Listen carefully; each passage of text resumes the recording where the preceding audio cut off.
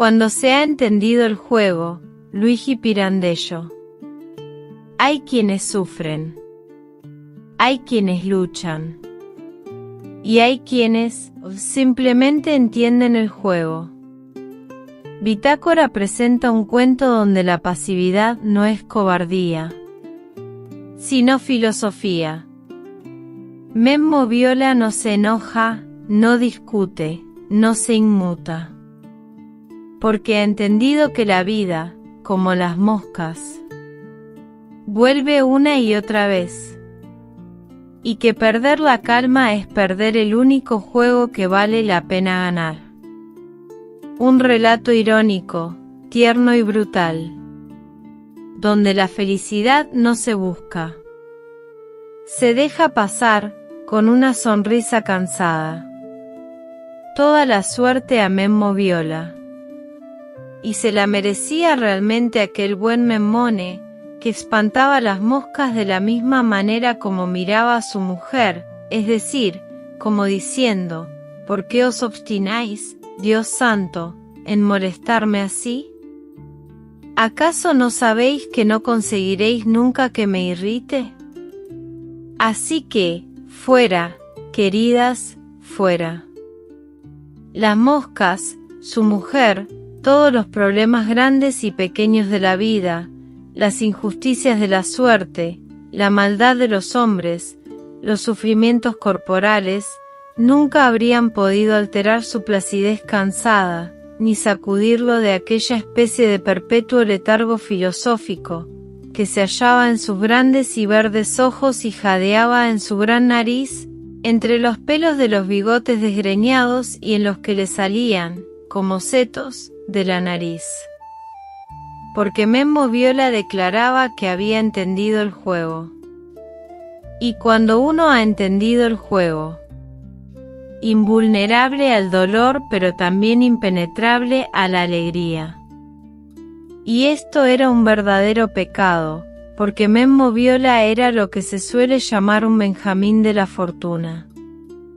Pero tal vez el juego, que él decía haber entendido, era este, que la fortuna lo favorecía tanto, precisamente porque era así, precisamente porque sabía que él nunca la perseguiría, tampoco si le ofreciera, a cambio de un par de patadas, todos los tesoros del mundo, y que no se alegraría en absoluto, tampoco si se los trajera hasta su casa. Todos los tesoros del mundo, no, pero un día le había traído a casa la gran herencia de quién sabe qué vieja tía, una vieja tía desconocida, muerta en Alemania. Así había podido renunciar a su empleo, que le pesaba tanto, aunque, pobre Memmo, hacía 10 años que lo soportaba en santa paz, tal como hacía con todo lo demás. Poco tiempo después su mujer, cansada de verse observada de aquella manera y de no conseguir que se enfadara, por muchas jugarretas y desplantes que le hiciera, le había abierto, completamente, la puerta y lo había echado, para que viviera libre, por su cuenta, en un apartamento de soltero. Pero a condición de que la dejara libre de la misma manera y con un apropiado cheque, debidamente asegurado. Sí. Y cuando Memmo Viola había querido poner un límite o un freno a la libertad de su mujer. ¿Ella quería eso? Amén. Y con todos los libros de ciencias físicas y matemáticas y de filosofía, y todas las vajillas, que representaban las pasiones más fuertes de su vida, se había ido a vivir en 3 modestas habitaciones. Tras darle al espíritu el alimento más grato, se ocupaba de preparar con sus manos también el alimento más grato para su cuerpo, cocinero diletante y diletante filósofo. Una vieja sirvienta iba cada mañana a traerle la compra, le ponía la mesa, le ordenaba la cocina, le hacía la cama y la limpieza de las 3 habitaciones, y se iba. Pero, después de apenas 2 meses de esta segunda fortuna, una mañana muy temprano, mientras estaba aún en la cama durmiendo el sueño de oro, su mujer fue a sobresaltarlo a su apartamentito con un timbrazo furioso y, embistiéndolo como una tormenta, lo arrastró aferrándolo por el pecho. Pobre Memmo, en pijama como estaba y con los pantalones en la mano, hacia un rincón de la habitación, detrás de una mampara cubierta de muselina rosada, donde imaginó que tendría que estar el lavabo y, vertiéndole ella misma, para no perder tiempo, el agua en la jofaina, lo obligó a lavarse y a vestirse enseguida, porque tenía que salir, tenía que correr, en busca de 2 amigos. Pero, ¿por qué? Lávate, te digo. Sí, me lavo, pero, ¿por qué? Porque te han retado. ¿Retado? ¿A mí? ¿Quién me ha retado? Retado, no lo sé bien, o te han retado o tienes que retar. No entiendo de estas cosas, sé que aquí tengo la tarjeta de aquel sinvergüenza. Lávate, vístete, date prisa, no te quedes así con esta expresión de mameluco atontado. Memmo Viola, que había salido de la mampara con las manos espumosas de jabón, en verdad miraba a su mujer, si no como un mameluco, seguramente atontado. No lo consternaba tanto el anuncio de aquel reto como la grave agitación de su mujer, fuera de casa a aquellas horas y vestida de cualquier manera. Ten paciencia, Cristina mía. Dime al menos, mientras me lavo, ¿qué ha ocurrido? ¿Qué? Le gritó su mujer, abalanzándose de nuevo sobre él, casi con las manos en su rostro.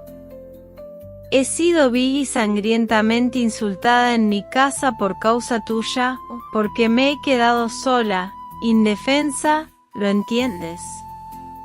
Insultada, ultrajada. Me han puesto las manos encima, ¿lo entiendes? Buscando aquí, en mi pecho, ¿lo entiendes? Porque han pensado que yo era. No pudo continuar. Se tapó furiosamente el rostro con las manos y rompió en un llanto agudo, convulso, de deshonra, de repugnancia, de rabia. «Oh, Dios», dijo Memmo. «¿Cuándo ha ocurrido? ¿Quién ha podido atreverse?» Y entonces su mujer, primero sollozando y retorciéndose las manos, luego excitándose poco a poco, le narró que la noche anterior, mientras estaba cenando, había oído un gran ruido en la puerta, gritos, risas, timbrazos, puñetazos, pisadas.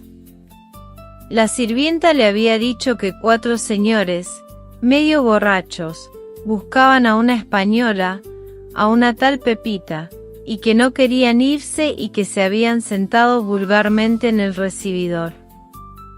Apenas la habían visto, se le habían echado encima, los 4, y uno la cogía por la mandíbula, otro le ceñía la cintura, otro buscaba en su pecho, la habían rogado y suplicado para que les concediera una visita a Pepita.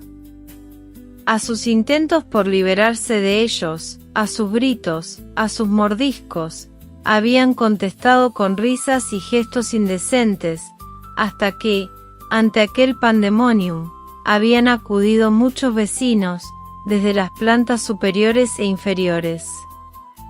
Disculpas, aclaraciones, había sido una equivocación, mortificación. Uno hasta se había arrodillado. Pero ella no había querido oír nada, había pretendido que le rindieran cuentas por la ofensa y había insistido tanto que uno de los 4, que tal vez había sido el menos insolente, se había visto obligado a dejarle su tarjeta. «Aquí está. Toma. ¿Todavía no estás listo? ¿A qué esperas?» rápido. Memmo Viola había entendido muy bien que aquel no era el caso ni el momento de razonar, sin ni siquiera mirar de pasada el nombre impreso en aquella tarjeta. Volvió a lavarse detrás de la mampara. ¿Qué haces? Termino de lavarme. ¿A quién piensas dirigirte? No vas a ir a hablar con Venanzi. Gigi Venanzi no acepta, seguro que no acepta. Perderás tiempo inútilmente. ¿Me permites? Dijo Memmo, que ya había recuperado su placidez. El tiempo, querida, me lo haces perder tú, ahora. Deja que me lave, sin discusiones. No has querido saber nada de malentendidos. No has querido aceptar disculpas. Has querido el duelo, es decir, que me den un sablazo. Bien, enseguida. Pero ahora deja que yo me ocupe de garantizar, como mejor puedo, mi propia piel. ¿Dices que Gigi Venanzi no aceptará? ¿Y cómo lo sabes? Su mujer, un poco desconcertada por la pregunta, bajó la mirada. Lo supongo. Ah, dijo Memmo, secándose el rostro, lo supones. Verás cómo acepta. ¿Quieres que dé marcha atrás por mí, justo por mí, cuando les ofrece a todos sus oficios caballerescos? No pasa un mes, por Dios, que no esté en 2 o 3 duelos, padrino de profesión. Pero habría de qué reírse. ¿Qué diría la gente, que sabe que es tan amigo mío y tan práctico en estas situaciones, si me dirigiera a otro?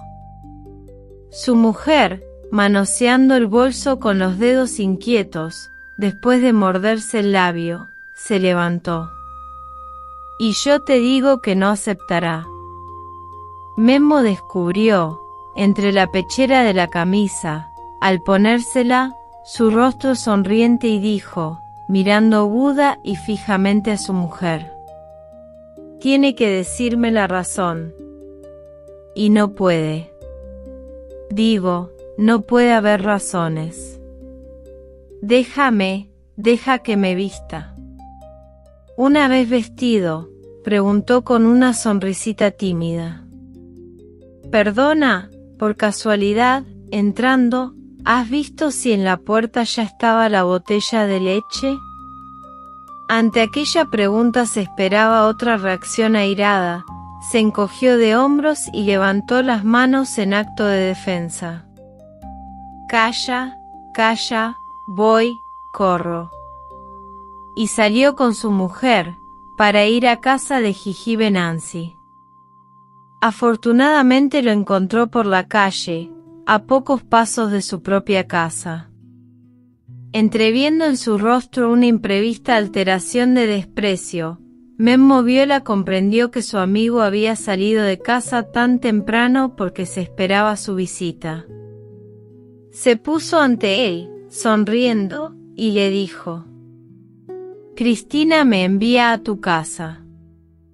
Vamos, que la cosa es grave. Gigi Venanzi le plantó en la cara los ojos turbios y le preguntó: ¿qué ocurre? Oh, nada de historias, exclamó Memmo. Leo en tu cara que lo sabes. Por tanto no me hagas hablar. Estoy agotado, me caigo de sueño. Ha venido a despertarme hecha una furia en lo mejor del sueño, y no me ha dado ni tiempo de tomar un café con leche. Apenas volvió a su casa, Gigi Venanzi se giró como un perro hidrófobo hacia Memmo y le gritó: «Pero, ¿sabes quién es Miglioriti?» Memmo lo miró tontamente. «¿Miglioriti? No, ¿qué tiene que ver Miglioriti?»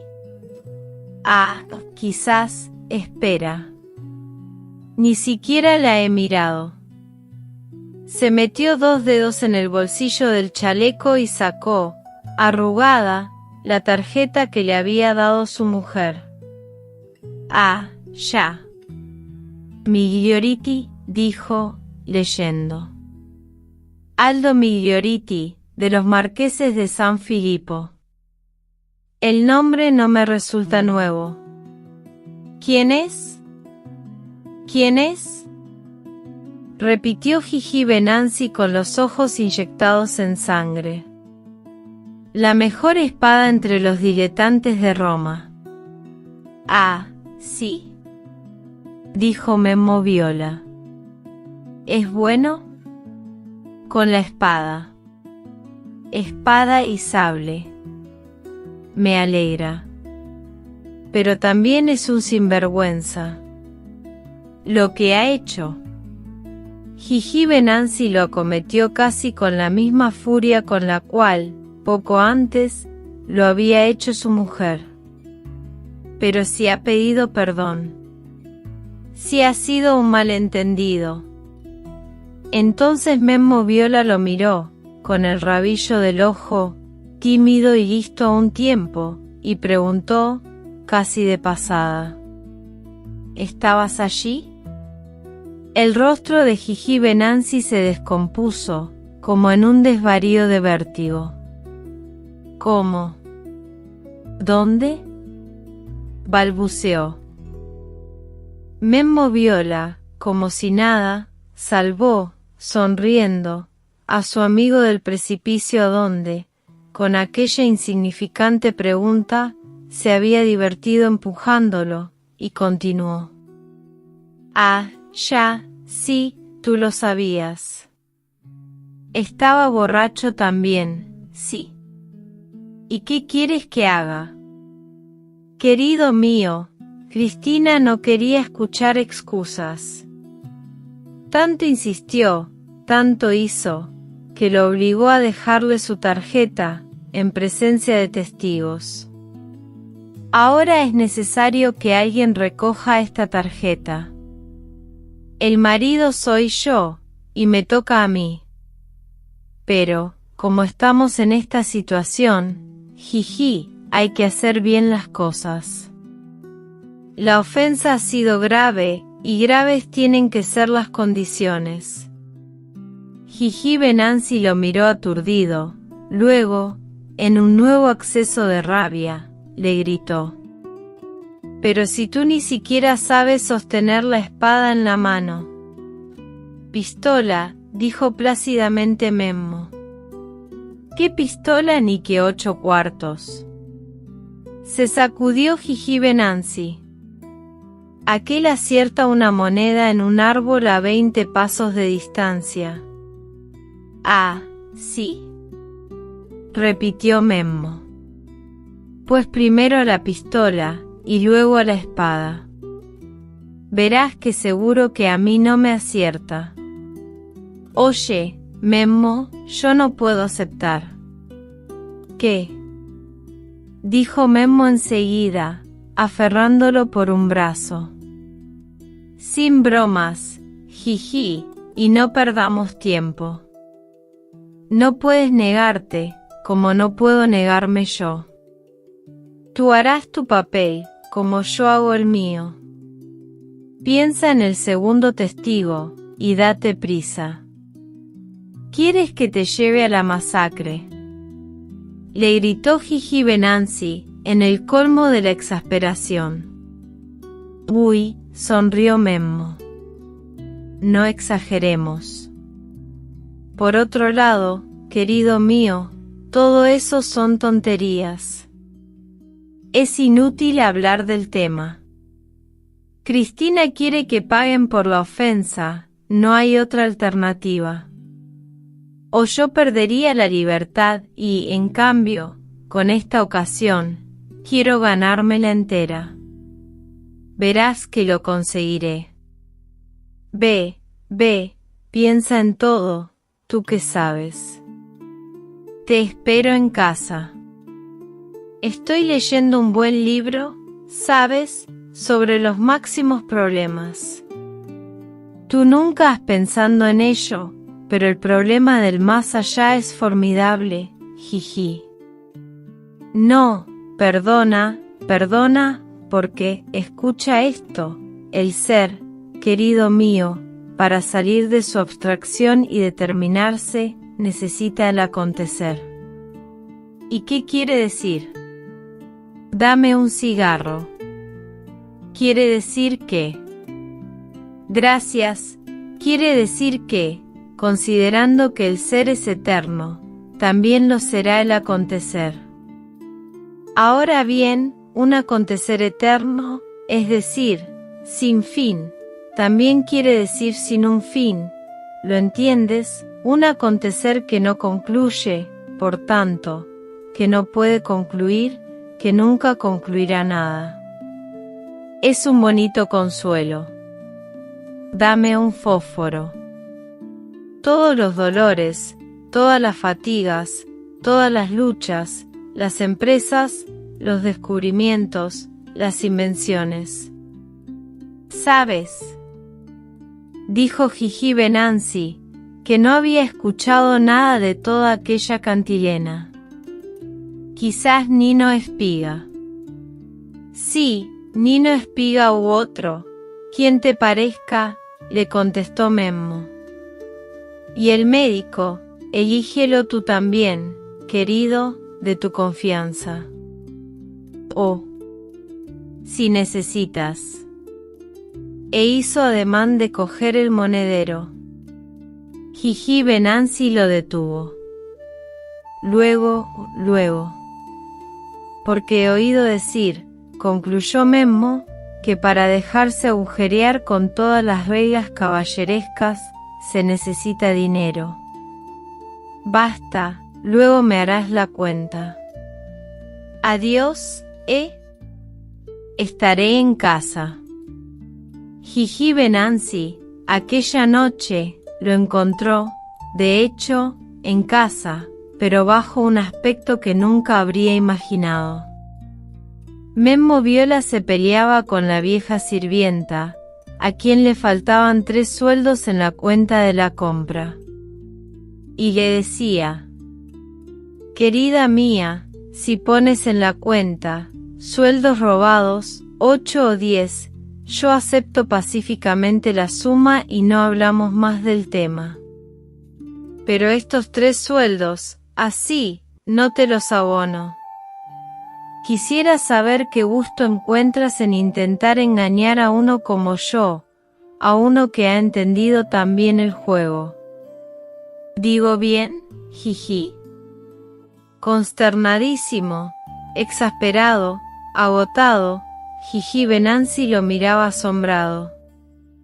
La calma de aquel hombre, la víspera del duelo con espada, nada menos que con Aldo Miglioriti, era sorprendente. Y su estupor creció cuando, tras enunciarle las gravísimas condiciones del duelo, queridas e impuestas también por Miglioriti, vio que aquella calma no se alteraba en absoluto. ¿Has entendido?, le preguntó. Dijo Memmo, ¿cómo no? Mañana a las 7. He entendido. Muy bien. Yo estaré aquí, mira, a las 6:15. Será suficiente, lo advirtió Venanzi. En coche llegaremos pronto. El médico Snofri. No te vayas a la cama muy tarde e intenta dormir, Tranquilo, le dijo Memmo, dormiré. Y mantuvo la palabra. A las 6:15, cuando Gigi Venanzi llamó a su puerta, aún dormía profundamente. Venanzi llamó 2, 3, 4 veces, finalmente Memmo Viola, en las mismas condiciones en las cuales, la mañana anterior, había ido a abrir a su mujer, es decir, en camisón y con los pantalones en la mano, abrió a su amigo. Venanzi, ante aquella aparición, se quedó de piedra. ¿Todavía así? Memmo fingió una gran sorpresa. ¿Y por qué? ¿Cómo? Despotricó Gigi Venanzi. Tienes que disputar el duelo. Espiga y Nofri están abajo. ¿Qué broma es esta? Broma. Tengo que batirme, contestó plácidamente Memmo Viola. Estás de broma, querido.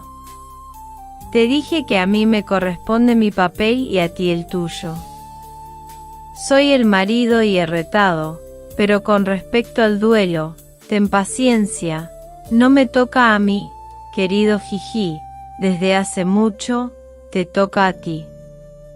Seamos justos. Gigi Venanzi sintió que se hundía la tierra bajo sus pies, que se le secaba la sangre en las venas, vio amarillo, vio rojo, de todos los colores, aferró a Memmo por el pecho, lo empujó, le escupió las injurias más sangrientas. Memmo lo dejó hacer, riéndose. Solo, en cierto momento, le dijo: Cuidado, Gigi, que no llegas a tiempo, si tienes que estar en el lugar del duelo a las 7. Te conviene ser puntual. Luego, desde lo alto de la escalera, todavía con los pantalones en la mano, le deseó: Y buena suerte, querido, suerte. Fin.